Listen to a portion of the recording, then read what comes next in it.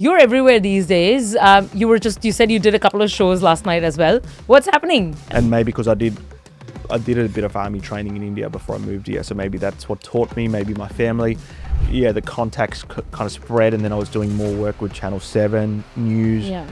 I did back in the day Sky News. Just for viewers to know, we're doing this in October 2025. So whenever this comes out, so just so they can relate to the dates you were saying. Success in this business is like standing on the shoulders of big giants. Like it wasn't done with that intention, but it just leads to just more and more things. Real estate is the hot topic right now, and always. A couple of years off a slow Melbourne market's definitely played a role in people's psyche to go, this is not normal, this is going to change. Their borrowing capacities are fine. They've got their pre-approvals in place. Yeah. This is the time, I think, to grab a good deal out there. Fewer people are going to want to touch it. So there's going to be less competition and you're definitely going to pick up a deal. And I think when media says it's the right time, safe time to buy now, it's already too late. You would buy in Brighton if you want lifestyle. You're not going to buy in Brighton if you want rental return. I do think those who buy right now will benefit in the next 5 years though. 100%. Yeah, good time to buy for sure, especially in Melbourne. If it's harder to buy now, it's always going to be harder to sell. Your first house, it doesn't have to be your dream house. Yeah, correct. Just get in. When the market was good, 2021, 2022, right? There was a hot time in the market. Everyone's making good money. The world may look at it like, oh wow, Kevin's got this fantastic, and I'm not saying you obviously have a great marriage. You know, you are charging me 1.5% and Kevin's charging me 2.5%. Let me ask you this. What's McDonald's core product? I know the answer, real estate. Apple, right? What's Apple's core product? It's not iPhones, not a laptop, it's ecosystems. What they do really well is they build trust is the currency for real estate. Trust is absolutely the currency for real estate, for sure. Yep. Hey guys, welcome to the EG Show. I hope you all have been fantastically well. Today's podcast is again with a real estate agent. His name is Kevin. Kevin is pretty popular amongst real estate agents and amongst his buyers and sellers as well. Kevin is a number one agent for VIC. He's done fantastically well for himself. Today, we'll be talking to Kevin about what buyers and sellers should be looking out for in the property market. What should they be careful about? What takes for agents to be great, successful real estate agents? What is market trending like right now? So watch today's podcast. Enjoy. It's full of wealth of knowledge, full of so much information that can help you in your life making the right real estate decision. Also note today's podcast was sponsored by Bayside. Guys at Bayside are fantastic. If you're looking at buying, selling, investing, or you just need some advice, pick up the phone, give them a call. They're so easy to deal with. They give you really a red carpet experience. They know what they're doing. They've been doing it for so long, the years of experience backing it up. Any advice you need, you know you're going to the right place if you speak to these guys. So enjoy the podcast. Let's welcome Kevin on the show. Hey, Kevin. Welcome to the show. Thanks. Really excited. Thanks for having me. Thank you. Really excited and happy to have you here. So excited to be here. You're everywhere these days. You said you did a couple of shows last night as well. What's happening? How do you get called for all these? I know how I contacted you was because I saw so much of you online and I saw how fantastic you are. Is that what happens every time? It's consistency in something. So I said this to someone last week. You know what consistency? In business, in life, everyone talks about it, right? You should consistently go to the gym. You should consistently eat this. You should consistently do content or whatever. I'll tell you what consistency looks like. It looks like nothing's happening. It literally just looks like it just happens all the time. So it looks like nothing's happening and then bang, suddenly everything happens. So I've been pretty blessed. I was always very consistent with whatever I did. If I put my mind, if I decided this is what I'm going to do, I just keep doing it on repeat, like brushing teeth. I don't think about it too much. Make a habit out of it is what you're saying. Pretty much, yeah. I've got a very sort of easy ability to turn a process into a habit pretty quickly. Like it doesn't take a lot of time. And maybe because I did a bit of army training in India before I moved here, so maybe that's what taught me. Maybe my family, but it was just, I was doing a little bit of socials and videos and bits and pieces like everyone does. But I've always been really thoughtful with people. And I've got this fundamental belief that everyone you meet has this invisible sticker on their forehead that says, make me feel important. And my job's to figure out the subtitle underneath that sticker. The subtitle always starts with the words buy, make me feel important, buy. So what happened was, this would have been around 17, 18 period when I started doing a little bit of work with media. Someone just randomly reached out from Herald Sun and they wanted a story saying, we saw you doing an auction. And Ray White has a media team as well, which helps because they helped me a little bit. And they've got a good brand name. They've got a good brand name, obviously big share of media. And she did this story and they picked 5 agents in Melbourne. So it actually would have been COVID time. And they just did a story on the agents in Melbourne and whatever. And I just got randomly picked for it because every time they reached out for a story about a property market or whatever, I was very responsive. I just jumped on them straight away because speed is another attribute I think is very important, right? Before Uber and all this came with, because I think those companies understand their core product. It is speed, isn't it? And I've always had this saying in our office, it used to be written on this big board that says it's not the big that eats the small, it's the fast that eats the slow. So I've always just made it a point to be fast in stuff, aside from the bedroom, of course. and this, I'd be very responsive. And she reached out about this story. They did a really nice story. It was awesome. It went well. And what I thought was, again, we talk about that make me feel important. I went and spent $200 and got a bottle of champagne and some chocolates and got it delivered to the Herald Sun head office for this journalist. Oh, wow. And that kind of blew up within the Herald Sun headquarters because they do thousands of stories, right? Yeah. And you sort of, when was the last time someone sent something to a journalist saying, hey, well done. That was actually a really nice story. Like, thank you. And that kind of then blew me up from there. And then from there, obviously, the contacts kind of spread. And then I was doing more work with Channel 7 News. Yeah. I did, back in the day, Sky News used to have a program around property auction, so I did a little bit of that stuff. Other forms of media, and just kept that relationship going. And then off the back of that, I got an accidental opportunity into the block. It was just off the back of a talk like this. I shared my story with a guy called Tom Panos, who's pretty big in the real estate space. And someone had approached him about doing the block, and it was in my area, in the Bayside area where they were running it. This was 2021. And my name got put forward to meet the contestants. And I don't know if I was underprepared or just whatever went through my mind to pitch for a $4 million house to be on the block for Channel 9. I didn't take nothing.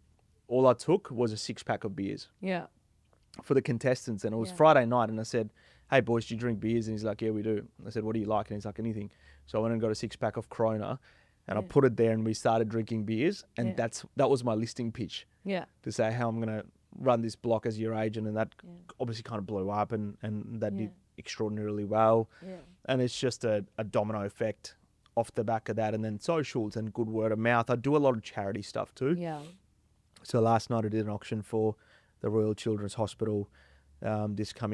Next Friday, I'm doing the Celebrity Garage we were talking about for Fifi, Fev and Nick on radio. So there's going to be a handful of items sort of throughout the show that I'm going to be auctioning and it'll be a big song and dance. So it's just kind of things lead to things. Yeah. Just for viewers to know, we're doing this in October 2025. So whenever this comes out, so just so they can relate to the dates you were saying. Yes. Well done, Kevin. Thank you. The story that you shared about sending those flowers and a bottle of wine, thank you for sharing that, because a lot of people won't. That's your asset, that's your skill, that's your talent. And that's what's gotten you where you are today. Would you agree?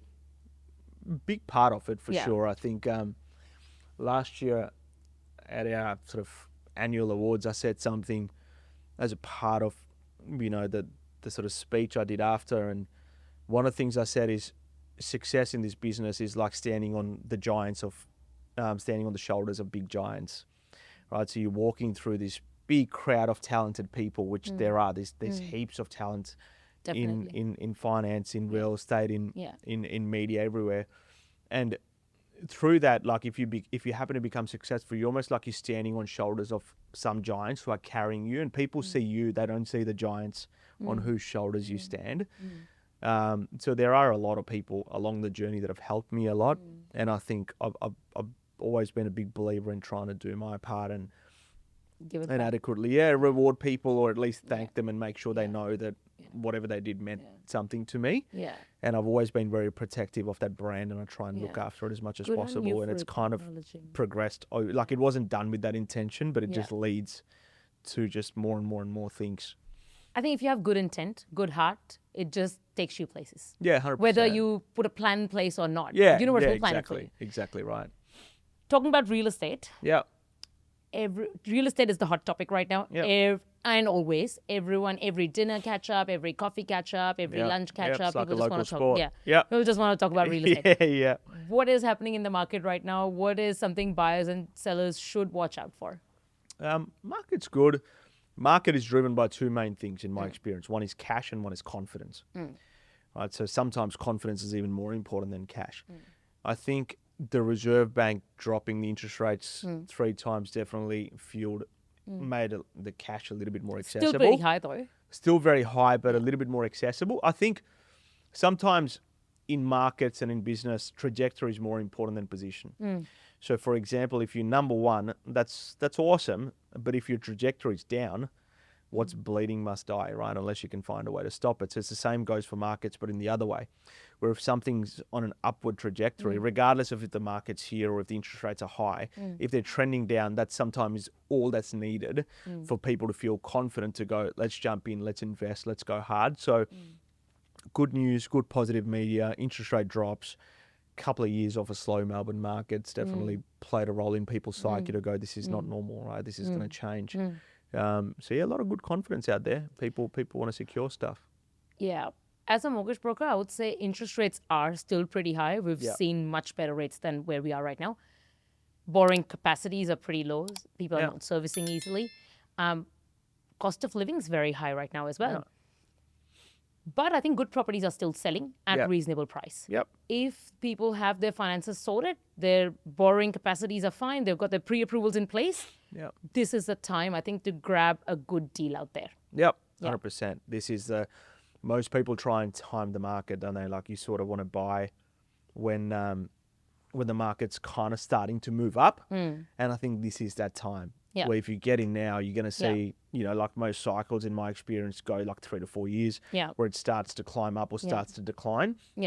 Decline typically is a bit faster than the climb up, but Melbourne, I think, stabilizes over time anyway. It doesn't 100%. It doesn't go down for too long. It'll come back to normal. And I think when media says it's the right time, safe time to buy now, it's already too late. I think now is the time to buy. It's like the stocks, isn't it? Like people that follow the news or the Facebook stories or whatever, where this is a good thing to buy. By the time you find out that the whole world's already known about it. Price has already gone up. Exactly. Right now, you can grab some good deals, as I said. There's some 100%. great opportunities out there if you have pre-approvals and especially for things that are not attractive.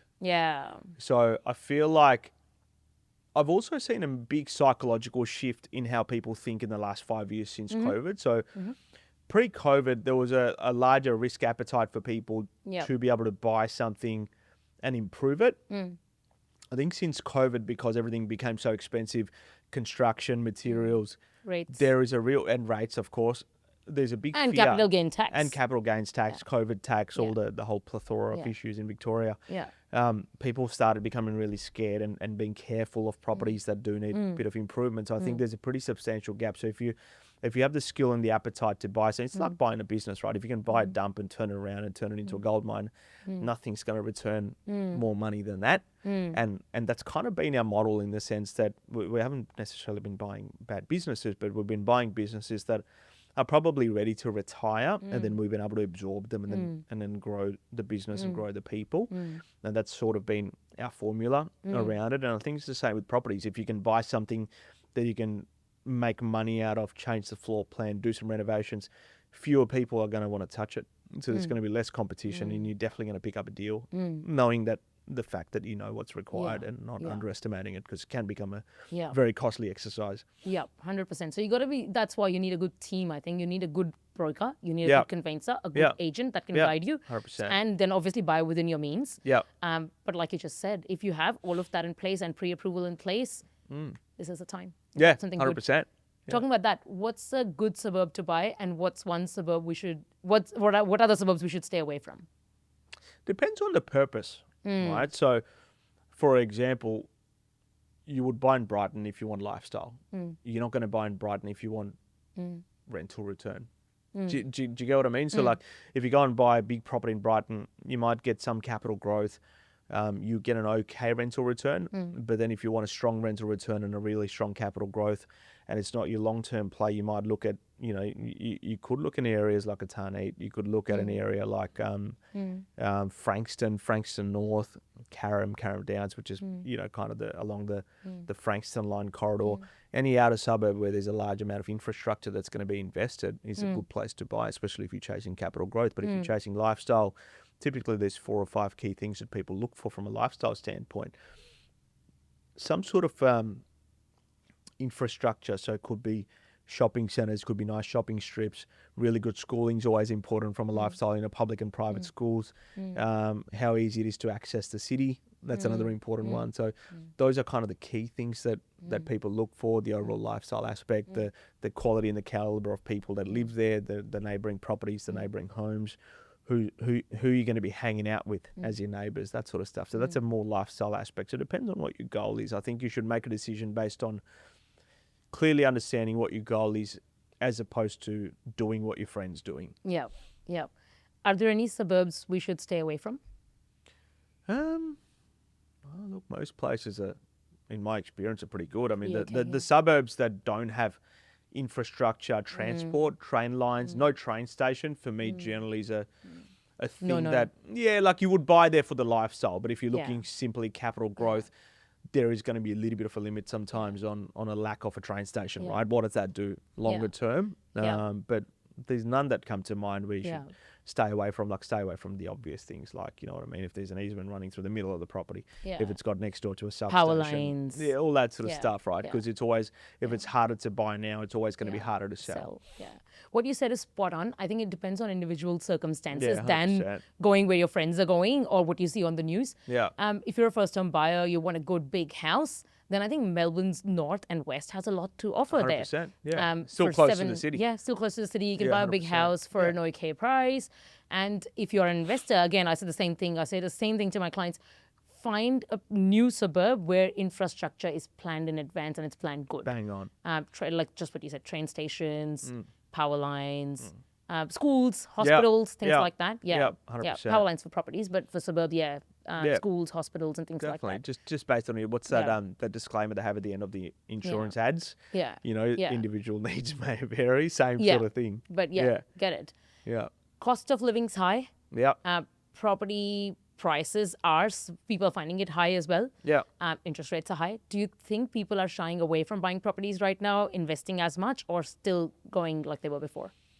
Last 2 years people were, because the cost of living, interest rates, everything was a real crisis. A lot of investors left Victoria too because of the taxation and all the other legislation that came. So that kind of put a real crisis and a lot of pressure on rents as well. So it's all starting to ease. I mean, the 2 bad years we had through COVID and the lockdowns, it's not going to be solved overnight. So it is a slow fix. But it is. I think we're moving in the right direction. Bad days are gone? I think bad days and good days follow a cycle, don't they? Like night follows day. I think in business, in life, in markets, there is this cycle of harmony, disharmony, repair. And it's just, if you look at a personal relationship at home, I think it's almost the same thing. That relationship also follows a cycle, just like anything in the world does. Harmony, disharmony, repair, harmony, disharmony, repair. I think what dictates if the bad times go away faster and for longer is how well something repairs. Right? So for example, in a marriage, you're not always going to have the honeymoon period. You're going to have good times, harmony, then disharmony over something. Sometimes something external that you can't control. And then there's that repair stage. And the people, the governments, the couples, everyone that handle the repair stage really, really well are the ones that excel. And I what think... stage are we at right now, you think? I think we're in the repair stage. Okay. We're certainly in the repair stage. It's to be seen how well we handle the repair stage. I think we went through an extended period of a disharmony stage, and we're kind of now transitioning into that repair stage as an economy, as a country, and even people. I think this cost of living crisis and the impact it has on people's mental health and how they feel, right? That's also kind of going through a slow stage of repair at the moment. So that's not kind of an overnight fix. It's a big change. I do think those who buy right now will benefit in the next 5 years though. 100%. Yeah, good time to buy for sure, especially in Melbourne. I mean, I think there's never a bad time to buy. You should always buy it yesterday. But right now, I think it's a really good time to buy. Yep, 100%. Agreed. What's a better thing to buy, commercial or resi, from an investment point of view? Look, I think they're both a bit different, right? Like residential is dreams, emotion, capital growth. Investment-wise? Changing hands. Investment-wise, obviously you're going to need more cash up front to be able to buy a commercial, but it's a cash machine. Right, Yeah. it's gonna produce cash for you consistently. 6, 7%, 8%. Yeah. If you can hold on to it, if you're buying your first property, maybe buy residential. I think that's a good starting point. If you already own 10 investment properties or 5 investment properties, and you want to try and diversify your portfolio, then you start going into commercial. Right, you want to figure out where you want to buy, what zoning, what the future growth might be. Can you get a long-term tenant? How much rent increase can you get? Whereas residential, there's always going to be more people buying residential, which means it's always going to be relatively fast-moving market, but returns are not as strong, like typically 3-4%, especially if you're buying in a high-priced area in Melbourne. So they each kind of have their own place, different taxation too. Like the other thing to consider, I think, is principal place of residence. If you're living in a small unit and you've got 2 kids, but you own 2 investment properties, you're going to be paying capital gains tax on that one day. Are you better off? Yes, of course, they give you a little bit of income, but are you better off putting some of that money into your principal place of residence? And that way, then you're kind of getting 2 parts out of it. One is you'll get some capital growth, you'll get to enjoy the property, and one day when you sell it, you won't be paying capital gains tax. Get negative gearing benefits on the investments as well. Correct. So then you get $500,000 if you make a profit out of it, then it's your own. You're not paying anything to the government. Exactly. So just case by case, depending on one's circumstances. But as far as residential goes, now it'd be a great time to invest money in residential. I think commercial gets more rental yields, but then there's a lot of vacancies there as well. It's not so easy to rent it out. No, unless you're experienced, you probably stick to residential. Or you have a great agent. Or you have a great agent, exactly. Resi is more stable. Yeah. Longer term. Safe. Parents invested in resi. Our grandparents did. We know what the game is. Yeah. It's just easy, safe, comfortable. It is safe, It's sort of like, do you buy shares or do you buy crypto? It's a bit like that. Like, ideally buy a little bit of both. Yeah. What do you think first-home buyers are feeling right now? I think they're feeling excitement. Yeah? Because they can borrow money. The government's putting a bit of money into, the new home deposit scheme. So if you're a first-home buyer and you're paying pretty high rents at the moment, especially if you're not living at home, now would be a really good time for a first-home buyer to get excited and go, I'm going to get my foot in the door and try and buy something. Now, it's all connected, isn't it? Like the first-home buyer scheme's helpful, but then again, it pushes the prices up. So it makes it harder as well. So if you're out there, if you've got the money and if you can buy something, especially if it has a bit of land component attached to it, now it'd be a pretty good time to get excited and get in. It is definitely beneficial, the first-home buyer scheme. Yeah. But it's got its pros and cons. Yeah. You don't have a full control because government owns a little bit of it. Yeah. The way it works. Also with I think for first-time buyers, I kind of feel for them right now. Yes, it's exciting, that scheme. But at the same time, prices are high. Interest rates are high. Cost of living is really high. There's people struggling to pay rent on daily basis, on monthly basis. Yeah. And for them to put their first step in the property market, it is tough right now. Yeah. But what I say to first-home buyers always is, your first house, it doesn't have to be your dream house. Yeah, correct. Just get in. Put your foot in, build equity, then buy your dream house. Yeah. Doesn't have to be in the best suburb, doesn't have to be in your favorite area next to your friend. It's okay. All that will come in. Advice, At least get in the market. 100%. Don't keep waiting. I do see a lot of clients that I advise this to. They keep waiting for them to have enough savings to be able to buy in Brighton or Toorak. Don't wait for it. It's okay. Go anywhere you can. Get started. You'll 100%. Build equity. It's your first date, not your marriage. Exactly. Exactly. 100%. You don't marry the first person you date. No, Same thing. Exactly right. In most cases, anyway. Yeah. Most cases. For those listening, then if you ended up marrying the first person, well done. I did marry the first guy I dated, so there you go. It's out. Well, there you go. No, but first-home buyers, they should just get in the market now. Whatever you have, whatever you can afford, whatever your broker says you can buy, go out there and buy it. Yeah, 100%. Agreed. Yeah. What advice would you give to investors? Watch out for what you're buying. Okay. Look for the rental return. Look for things like hidden costs. So a lot of times properties come attached with a lot of hidden costs. Naturally, land tax is going to be one, which you can't control, but there's things like body corporate fees, things like rates, things like outstanding issue. If you're investing in a property, you really want to try and figure out if it's structurally sound, or you're going to be spending thousands of dollars. Like, I bought a property a couple of years ago, and within a month I had to fix a gas leak. And it was my fault. I hadn't even walked through the property. Like, I literally just did a quick inspection. It was tenants and we bought it. My wife hadn't even seen it. And we were buying it for a different purpose to develop. But a lot of times, if you're an investor, for the little return you get, if it's a property that's going to require a lot of outgoings, could be a lot of repairs, could be body corporate fees. And if there's not enough rent or not enough capital growth, it's just going to turn into a money pit.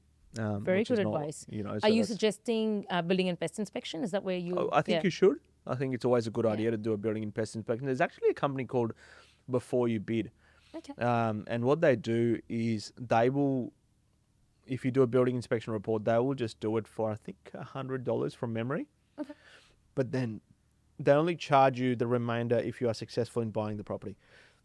And that's really good, because if people are doing building and pest inspections for auctions, they might do 4 building inspection reports and then miss out on all 4 auctions. Whereas this could be a really good way to go. I'll do a building and pest report. If I'm successful, I'll pay the full fee, the remainder of whatever the $400-500 is. If I'm not successful, you move on and you don't have to. So I think you pay $150 up front or something, and that's potentially an avenue you consider. But if you, because and the second thing for an investor is just keep some cash reserves. Okay. So I've seen a lot of investors firsthand. They're really, on thin ice sometimes, where they're buying a property and then a lot of unexpected expenses can come up. Victorian legislation, the way it works is if the renter can't pay you rent for 2 months, you're going to have to go to VIC. It's not just a straightforward process where you say, well, you can't pay rent. It's not like, how it's done in India, I guess, where you can't pay rent, just kick you out. It's a lot more complex to that. So I think understanding the liabilities that you have to prepare for. Have enough money in the pocket. Have enough money ready to go, and don't have everything invested that if a crisis comes, how do you handle it? So that's probably the big Don't be dollar to dollar, you're saying. Spot on, 100%. Yeah. Makes sense. Great advice. I also, again, same thing as I said before, I think right now is the time for investors to buy as well. Be ready. There's so many great deals in the market because a lot of people are scared. There's people 100%. Debating, contemplating. Get in there. Get the property whilst they're still doing that. And that's how good money is made, right? Smartly, 100%. Quietly, quickly.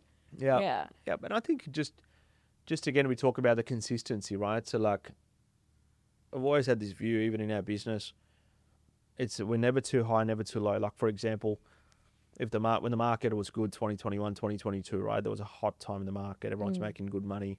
Everyone went and bought brand new cars and everything like that. We don't spend like crazy when the market's good.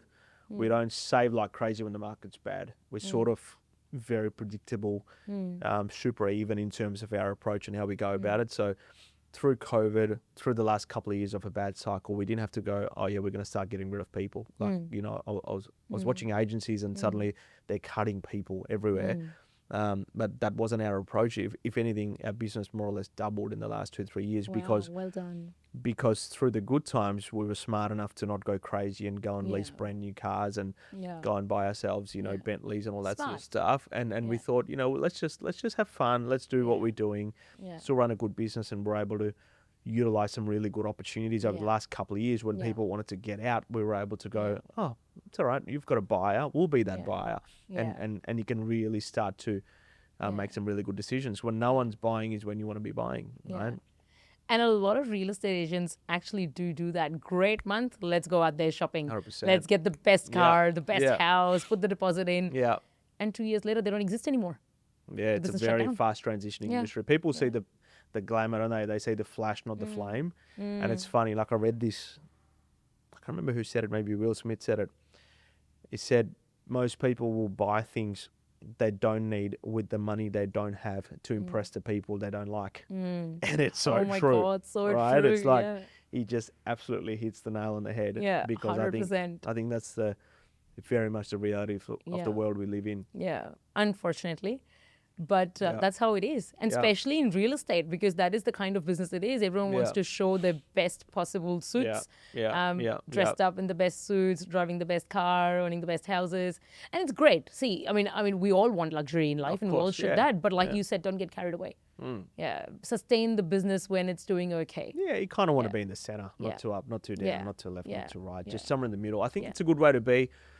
It's a very stress-free way to be as well, because I see a lot of, and I don't know if it was always like this, but I find a lot of success coincides with unhappiness at home, or they might end up divorced, or they might not have any friends, or broken families, or they might have an addiction problem, that sort of stuff.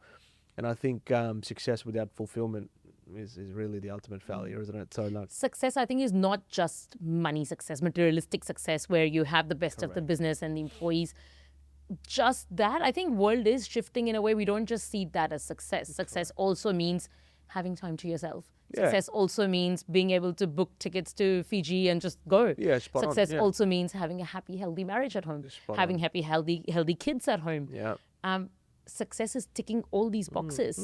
Peace of mind is a luxury product. 100%. Gone are the times, I think, when our parents kept telling us, do this, study this, you'll get successful, and that's what success means. This salary or the dollar figure or the car you drive is what success is. I think gone are those days. Very much so. And I think, like, I look at life in buckets. Yeah. Like, in the sense, you've got your financial bucket, and sure, you want it to be full. Yeah, of course. But then your marriage and your friendships, your mental health, your spiritual health. Yeah. Your kids, your relationship with your kids. Yeah. They're all like, there's just so many little, financial bucket, marriage bucket, relationship bucket, spiritual bucket. There's so many of them in life. And you kind of want every single one of them to have enough in it. Otherwise, you have one bucket that's sort of flooding, and then everything else is empty. Not going to bring you happiness, though. No, it's not. So I the think, world may look at it like, oh, wow, Kevin's got this fantastic, and I'm not saying you obviously have a great marriage, but say for anyone, you've got this amazing brand, but then you don't know what's happening behind the scenes, what's happening 100%. At home. Is that person really happy or not? Anyway, a bit off topic. Coming back to real estate. Yeah. Auction or private sale? Oh, auction. I mean, I'd be a bad auctioneer if I didn't put auctions. But because you sell day in, day out. I sell all the time. Yeah. I like the auction method. I think it's very transparent. Yeah. You can exactly see who you're competing against. Yeah. From a seller point of view, it's a good method too, because it's an unconditional sale. Yeah. When you sell it, it's just done deal.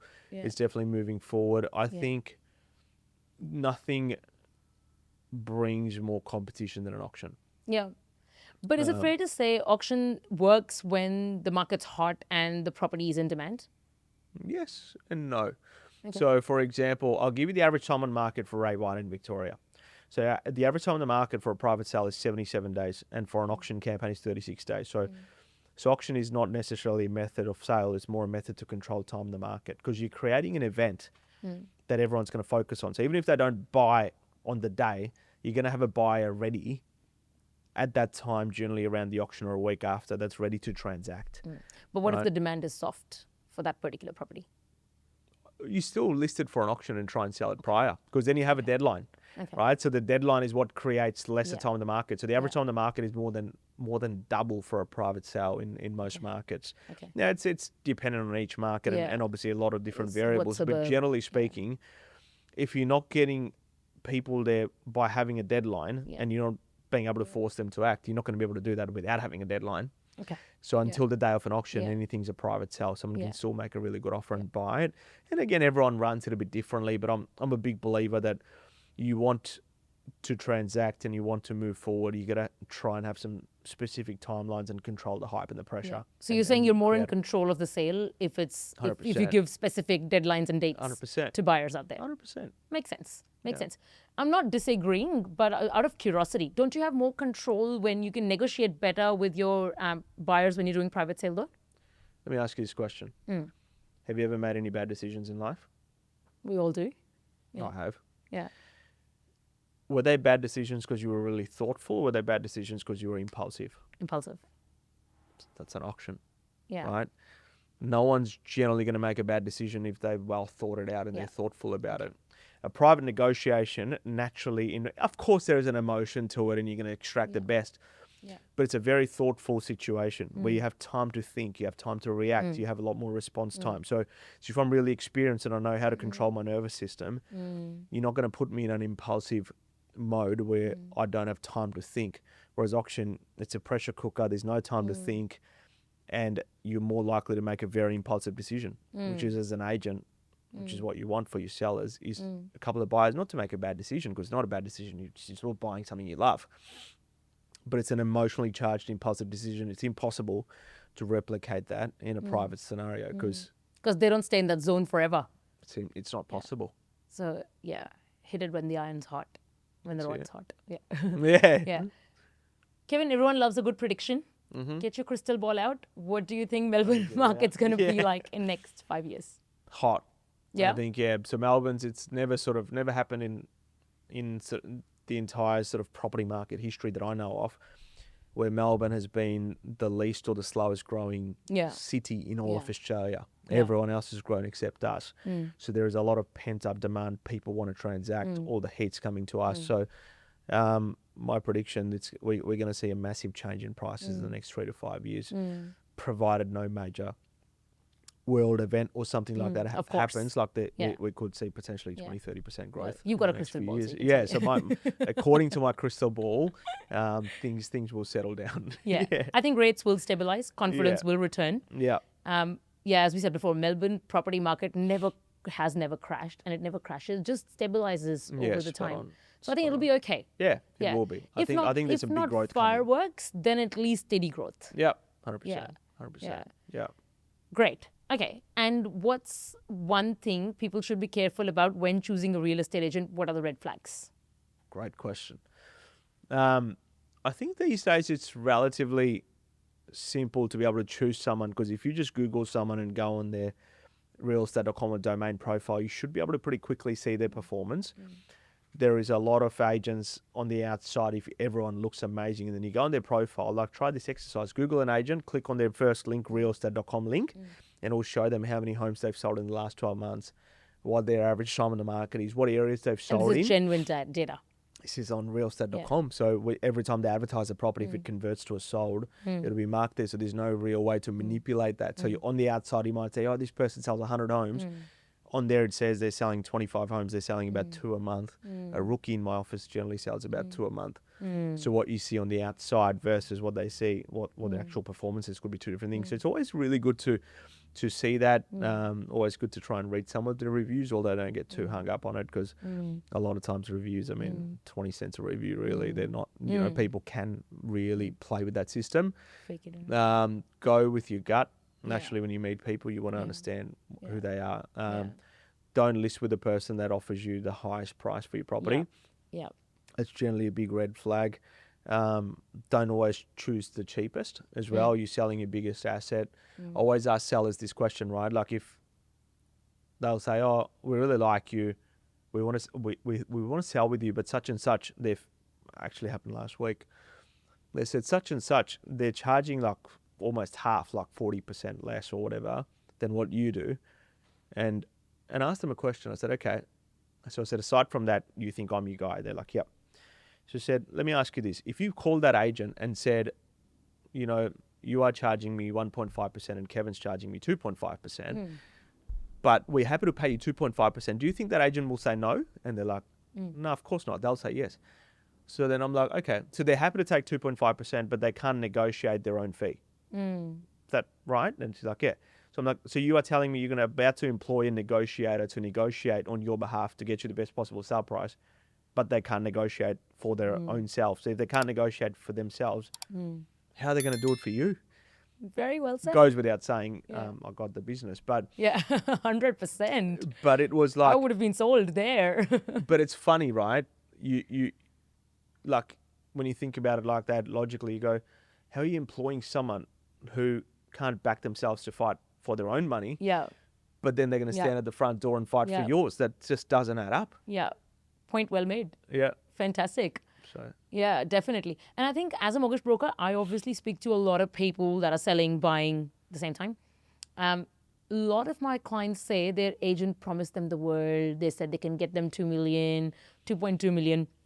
When it comes to actually looking at the numbers, actually getting the sale, it's not even close. And I think that's one thing agents do a lot. They overpromise, like what you said before as well. And they push them to make the decision very quickly as well, Yep. rather than thinking about it. Yeah. Yeah. Yeah. And then they're they call acting, me- they're wanting to get someone to act on their impulse.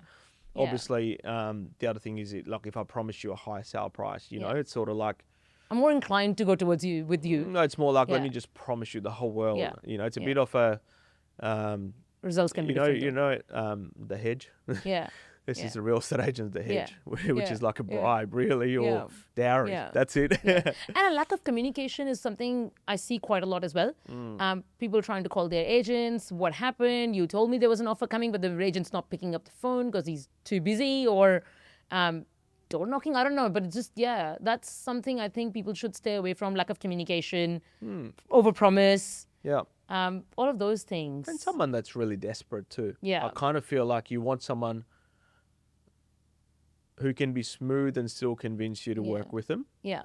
If they're going to be that pushy, that's going to be really off-putting, especially if they're dealing with an educated buyer. Like, think about it, right? If you're selling a home for example, if you're selling a property that's worth $1 million, and if you have 50 buyers walk through your campaign, that's $50 million that's walked through your front door at different stages of the process. Is this person capable of handling $50 million? So that's kind of an easy way to look at it. So is that person calm, composed enough They to be able to calm? have Yeah, a correct. conversation, convince? Correct. Yeah. Can they ask really good questions? Can they get Yeah. to know the buyer? Yeah. Are they? I think they're going to be an effective communicator, Yeah. and people don't always understand the core product. So, for example, let me ask you this: what's McDonald's core product? I know the answer. Real estate. So It's not McDonald's- burgers. Yeah. It's convenience. Oh, is So it? speed. Okay. Okay. So, Oh, yes. Yes. Yes. So you don't go there for the best burger. You go there because it's fast Yeah. and it's quick and it's convenient. Yeah. So when McDonald's understood their core product in Australia being speed, Yeah. the first thing they built was a drive-through. Yeah. Because that drive-through enhances their ability to deliver on their core product. Yeah. Right? So Makes same, it easier for people. correct. So makes it because more that's their core product. They understand their core product. So same as Apple, right? What's Apple's core product? It's not iPhones, not a laptop. It's ecosystems. What they do really well is they build is there better earphones on the market than AirPods? Of course there is. Why do AirPods control 60% of the market then? And they're pretty overpriced for what they Yeah. are. They just work seamlessly with all their other products. Yeah. So they know how to tie in something within their ecosystem. So, Like a cult of their own. well, it's just everything works with each Yeah. other. Yeah. So their core product is having things like the iMessage, right? So like Yeah. it's like iCloud, iMessage, AirPods, everything just, you copy something here, you can paste it there. Like it's just everything they build ties in overall with their ecosystem. Yeah. Right. Makes And that's what sense. makes them so hard to leave Yeah. because they've released basically the same 6 phones over and over again. And Yeah. people still buy them. And people, like most iPhone users, they'll say, there's nothing new in this phone now. Samsung's are better. They'll but still go buy it though. they still go buy it. Yeah. You can't leave because now you're locked into Yeah. that ecosystem. Yeah, 100%. So it's the same thing with real estate. Like what's our core product? It's trust. Yeah. It's not Yeah. houses.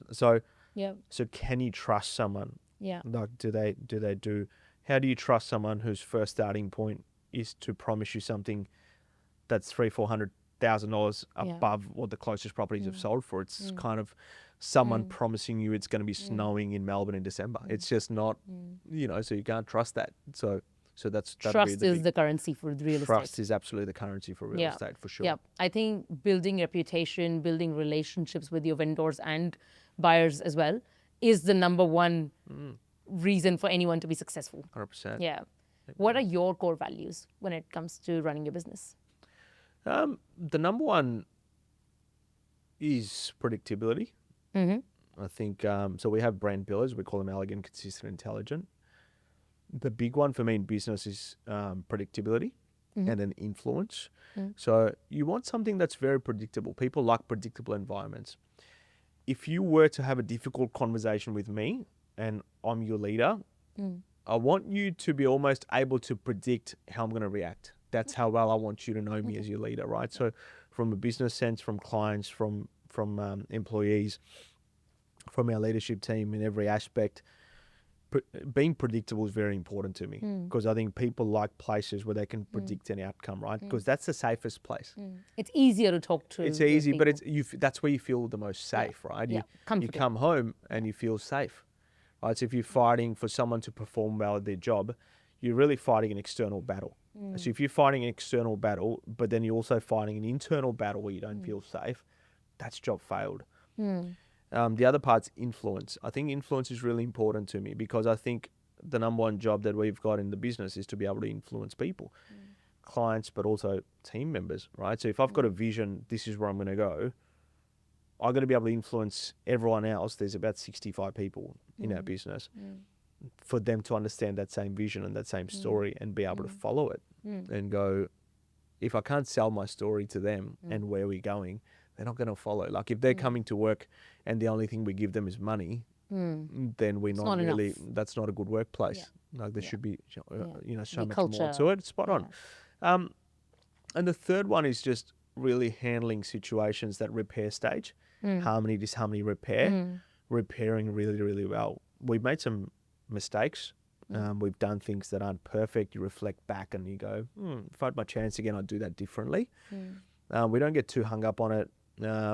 I don't engage in any conflict. Like I've had situations in the past where someone or a competitor will call me and just blast me over something, right? And as you've figured out, I can speak and I can make someone's mind tick. And yet I'll generally never engage. You choose not to sometimes. I choose not to majority of the times, because I think it's sort of just, what does it do to the overall business? The president, we've set our reputation, we don't control the narrative. And there's this saying I read, it says, if a cat dreams of becoming a lion, it first must lose its appetite for rats. You can't be fighting over petty issues if you want to be successful and you're chasing the big goal. Correct. So I think that's kind of really important values in terms of a business front. Personally, for me, reputation, perspective, and family, really important to me. I think I protect my reputation. I say this to my guys all the time, I can afford to lose a lot of money. I can't afford to lose my reputation. Looking after my family, and talk about, what you said at home, right? Like I've got a wonderful life at home. And I'm really blessed. Like my wife's very, very supportive, so that's helpful. But we'll do things like last month, we went to Queenstown, New Zealand in August, and we enjoyed it so much. I came home one morning from the gym and I said, my story popped up on Instagram. I said, let's go back. She's like, yeah, we should. And I said, all right, let's book it. And we kind of just booked it. And to me, I still enjoy that a lot. And I think I, for the remainder of my life, I want that honey, I'm home energy. I call it honey, I'm home energy. Early days, when you're excited honeymoon in life period. and honeymoon period, and you go home and you open the front door and you go, honey, I'm home. I want that energy to just continue for as long as possible. That's fantastic to have. Blessed are those people that have got that at home. I think you kind of have to create it. You don't always 100%. had it. Yeah. We've gone through good stages, bad stages, harmony, disharmony, repair. I think as a couple, we probably did some great things to be able to repair really, really well. Well done. Some longer processes, some shorter processes. And we still go through that same cycle of harmony, disharmony, repair, depending on what else is external going on as well. I think you understand spaces really well. What stage of relationship, what stage of business are we in right now? I think you've got your head around it very well. And a lot of people don't have that. So no, I think it's sort of, and I think, I truly believe clarity in your language is reflective of clarity in your thoughts. Right? That's all it is. So if someone can't speak clearly, if you're angry and you can't communicate what's going on, all it is you're not being able to think clearly, isn't it? So might as well not speak then. So might as well not speak. And then so the only message at that time you want to be delivering is, I'm not abandoning this. I just need to gather my thoughts before I express them to you, because chances are they're all going to be jumbo mumbo. And I'm not going to do any justice to this conversation by sharing my thoughts. So just give me some time. So I'm not abandoning what's happening. I just need more time to gather my thoughts. And that's all it is. It's a very simple piece of communication, but it can really dramatically change how things are done, because then you're buying yourself time. And I've always had this thing in business and in life, you never make a decision without sleeping on it.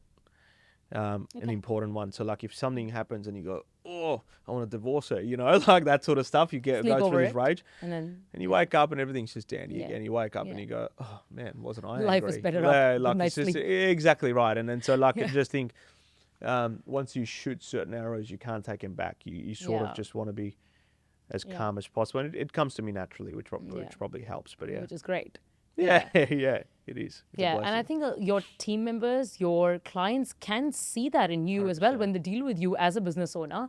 For myself as well, in broking, there are 3 core values that I definitely go by. Honesty is number 1. I tell them up front what you can afford, what you cannot afford. Yeah, no, good value. I can make it work somehow. Let's sit on it for another 3 months. No. Just because that'll sound more fancy. No, this is exactly what you can afford. Go out there, buy. Yeah. When you walk out of the door from the appointment room, you know exactly how much you can afford. Be transparent. Yeah. And then be honest and then educate them. Have a great relationship with them. So honesty, education, and relationship. I educate them on how this decision will benefit them in long run. 5 years later, where they will be. 10 years later, where their property might be. What sort of interest you'll pay in 5 years, what sort of interest you're paying in 10 years, are you going to actually make money on this property or not? And then have that great relationship where you seem approachable, where people can just pick up the phone and give you a call and they're not hesitant to ask you more questions if they have any. So these things really take you a long way though. 100%. And I see a lot of that in you as well. I appreciate that. And I think it's absolutely trying to embody that. But also, I think a big part of honesty is how you deliver the honest news too. And I can just tell you're very good at it, but sometimes honesty can easily get mistaken as aggression. So if you can be really honest with someone and still be very clear with your intention, but still show a level of empathy, right? And it's kind of packaging up the whole cake and presenting it to say, these are my honest thoughts. And like I'm in that situation often with not always with team members. We're pretty lucky. Like, I hire people, not so I can tell them what to do. I hire them so they can tell me what to do. So I've got some great people, 100%. But again, with staff as well, sometimes there's situations where I'll meet someone and based on their past experience and what their past boss did, I'll get penalised. It's like, but I've never done this. How is it fair that I get penalised for something that someone else did, right?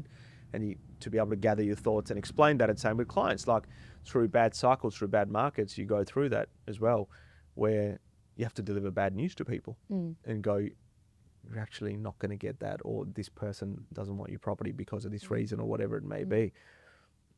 That's honesty. How you deliver it is really going to impact your relationship in a positive or a negative way. Like you could say the same message, but you could say it by saying, I prefer not to be telling you this, but I need to tell you. Yeah. Okay. It's just as uncomfortable for me to tell you as it is for you to listen to this. Which in reality it would be. It is. Yeah.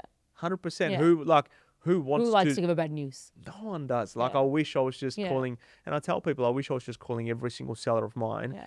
As an auctioneer, my dream is to wake up and every auction have 15 bidders. Like that's what I. But same, My conversion rate is 92%, but those 8%, those are the hardest phone calls to do. You to pick up the phone and say, loan didn't go through. Exactly. So I think there's something in it, isn't it? With us, we're not just dealing with numbers. We deal with emotions. We deal with people, 100%. Dreams. So that makes it tough and interesting at the same time. Yeah, it does. What's the biggest lesson real estate has taught you? Just enjoy the ride, really. Yeah. Like just, it's kind of reflective of the cycles of life. You have, you go 1 week where you feel like you're the king and the top of the world and everything's perfect. And then the following week you go to work and it's like, oh man, like everything's falling apart. Like what's going on, right? And that's almost a metaphor for life, isn't it? Like it's just cycles. Everything's a cycle, day, night.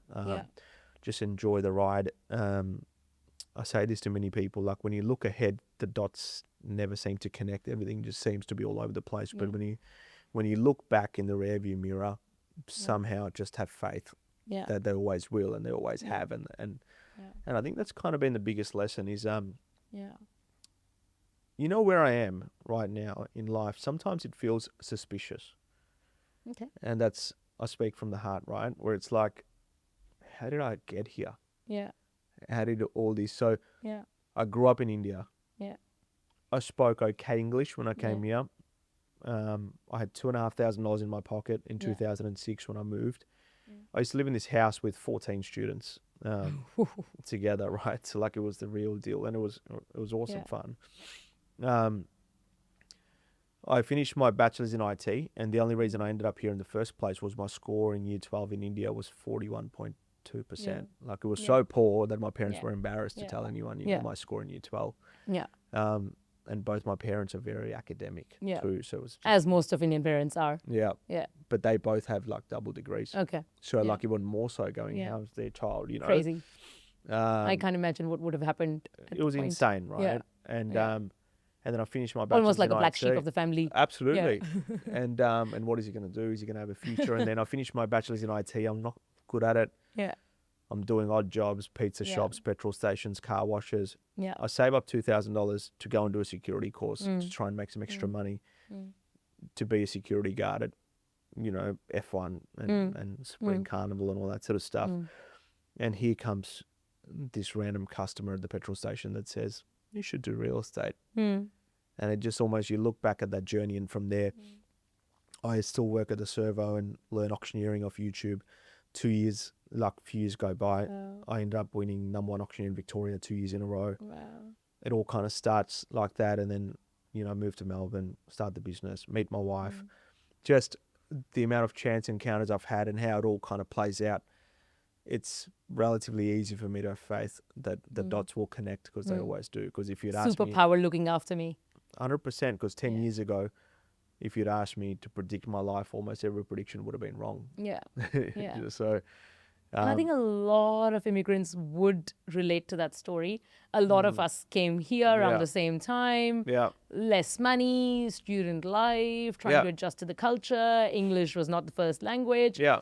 And a lot of us have achieved a lot in life. Yeah. Which is surprising. What I hear from you, I hear that from quite a few people that have done stories, fantastically well in their life. Yeah. And it makes me wonder, have we actually worked hard enough to be here? Yeah. Or are we just lucky? Yeah. Or are we just lucky? 100%. Yeah. You Or we just naturally smart? you feel suspicious going, Yeah. what? Am I too Somehow, smart? how did this all end Am I up here, blessed? and how did Was it I come really about? hardworking? Am I blessed? And if I was to go back into it again, would I be able to? I don't think I'll be able to do the same things again that I did at that time. Yeah. And that's a hard one. Yeah. Right? But well done. You've done great. I know the You've answer. done very good. So have you. So no, I've been lucky. It's What's been great. one final tip? And I don't want this to finish. I'm loving this. I can go on forever. So am I. But- It's really good. Yeah. What's one final tip you would like to give to people that are looking at buying properties, investing, or buying a Do property? your research. I think there's a lot of I think sometimes the important things in life, for example, who you're going to marry, what you're going to buy, should you have a child, when should you have a child. I think sometimes people end up spending more time planning their holidays than they do planning some of these things that are going to dictate the course of your future. So I think speak to as many people as possible. There's some great people to listen to on YouTube. Obviously, podcasts such as these. There is so much really good content out there. Consume that. Speak to agents. Build a good relationship with a lot of people, especially in the property industry. Agents. Ask for their advice. See what they think. Brokers, conveyancers. Just information gather. And also, once you have the information, be clear on exactly what you want to do and execute on it. I think it's an execution game. At the end of the day, ideation without execution is just delusion. Of like course. If you see something, you got money to go, and it just lines up with what you've heard and read and what you know and what you want, just go for it. Yeah. People sit on ideas for too long. I think there's more people that haven't gotten what they wanted, not because they made the wrong decision. It's just because they didn't make any decision. So I think that's if you see something and it works and you can see it all works, just execute on it. I mean, if you make a mistake, you make a mistake. Like that's at the end of the day, like it's okay. You are gonna if you spend 2 years thinking about it, you'll probably still make a mistake. Yeah. There's no guarantees. Yeah. So just I think Also with real estate, yes, make the decision, but then be consistent. Just no property market is not going to give you results like that. spot on. Yeah. Yeah, just be patient. Sit on it. It will give you results in 5-10 years. But I think right now, one is not the market to flip right now. Sit on your property, be consistent, be patient. It will give you results. Overnight success takes a long time. Yeah. Thank you, Kevin. It was Thank you, lovely Hector. Thanks for having you. me. And I Bloody think awesome. viewers are going to love it, enjoy it. It was very informative. Thank you for coming onto the show. Thanks for having me. Take care. That was our podcast with Kevin. I hope you enjoyed it. I hope you learned from it. I hope you will be able to make some good decisions now based on our discussions we've had. Also, do your own research. Tell me what you think of today's podcast. Leave a comment if you like it. If there's things that you don't agree with, we would still love to know. So leave your comments down there. Keep making great financial decisions in life and keep watching the EG show.